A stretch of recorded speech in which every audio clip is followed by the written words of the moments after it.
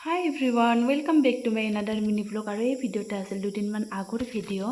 আৰু মই ঘৰত একমাহ ছুটি কাটাৰ পাছত আহিবা ওলা ভিডিঅ' এটা। আৰু মায়ে ঘৰৰ যিমান যি বস্তু আছে মানে খোৱা বস্তু আম জাম গাখীৰ ডিমা তাৰ পাছত কাঠল চবগিলা টোপলা বান্ধি দিছে। পিঠা চিঠা এটা মোৰ ভাগৰ টোপলা আৰু এটা বাইৰ ভাগৰ, যিহেতু ঘৰৰ বস্তু মানে বাৰীত মানে আম থাম চব আছে আমাৰ, সেইকাৰণে মোৰ ভাগৰ এটা আৰু বাইৰ ভাগৰ এটা।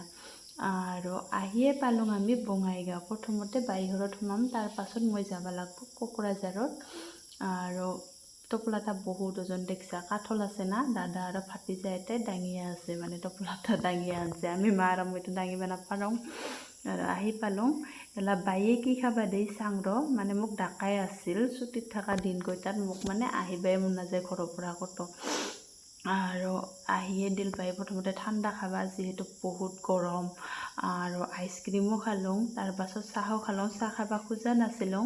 আৰু বাইয়ে বাইডাল কি ফুল আনছে, মানে মই ফুলগিলা চাই বেৰাই আছোঁ, ফুল চাব বহুত ভাল পাওঁ। আৰু তাই অনলাইন ফুল অৰ্ডাৰ কৰিয়ে থাকে। এলা যাম আমি কোকৰাঝাৰ।